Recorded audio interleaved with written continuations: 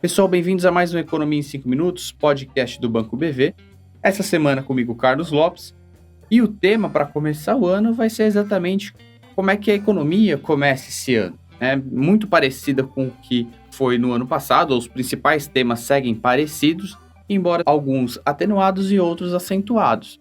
De um lado, por exemplo, a gente tem os impactos do Covid atenuados nesse momento, né? Esse foi um tema importante, continuou sendo um tema importante no ano passado, mas esse ano, principalmente em função da China reduzindo as principais medidas de restrição ali à circulação de pessoas, etc., o impacto do Covid sobre a atividade econômica mundial deve ser menor. A China, esse ano, cresce mais e ajuda a compensar a desaceleração que acontece nas outras economias. A perda de fôlego de Estados Unidos e Europa, ela vinha acontecendo desde o ano passado, ela até foi menor do que imaginado no ano passado, mas ela deve continuar acontecendo esse ano. A probabilidade de que a gente viva uma recessão nos Estados Unidos e na Europa esse ano é bastante grande, maior até na Europa do que nos Estados Unidos. Então, 2023 deve continuar sendo marcado por uma desaceleração do crescimento global e ter um crescimento no final menor do que foi 2022. Portanto, isso promove uma ajuda menor para os demais países, né? O Brasil acaba tendo uma vida mais difícil num cenário em que o mundo cresce menos. Isso não muda muito a história da inflação mundial, que segue bem resistente, né? A gente vê a inflação no mundo até caindo, mas ainda em níveis muito altos, né? Realmente a inflação ali mais ligada à atividade econômica tem sido bem resiliente, bem difícil de ser controlada e por isso continua exigindo a ação dos principais bancos centrais. O Banco Central nos Estados Unidos, na Europa e até no Japão tem tido discursos ainda mais preocupados, né, com a inflação, ainda que o mercado espere uma reversão desse movimento em algum momento, dado as expectativas de crescimento. Os bancos centrais seguem com um discurso de preocupação com relação à inflação, e a inflação que surpreendeu muito ao longo do ano passado, se mostrou muito resistente e continua com o mesmo quadro.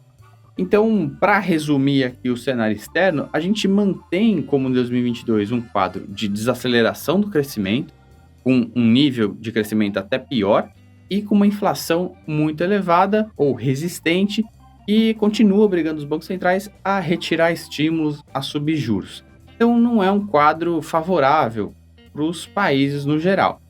No caso brasileiro, a gente não só tem um cenário externo difícil, como a gente começa o ano com um cenário interno também bastante complicado.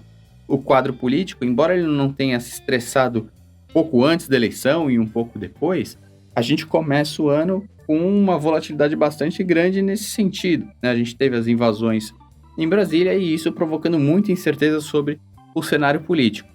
A gente também teve o governo começando o ano não só confirmando uma expansão fiscal relevante, né, um aumento de gastos importante nesse início de mandato, mas como ainda não tendo sinalizado para o mercado que vai ter uma regra fiscal, né, um arcabouço fiscal, como se tem falado, para substituir o teto de gastos e que seja uma regra crível, né, que o mercado acredite que com essas novas medidas você vai conseguir estabilizar a dívida pública em algum momento e garantir aí a sustentabilidade das contas públicas nos próximos anos. O governo não conseguiu fazer isso, ao mesmo tempo em que tem sinalizado mais gastos.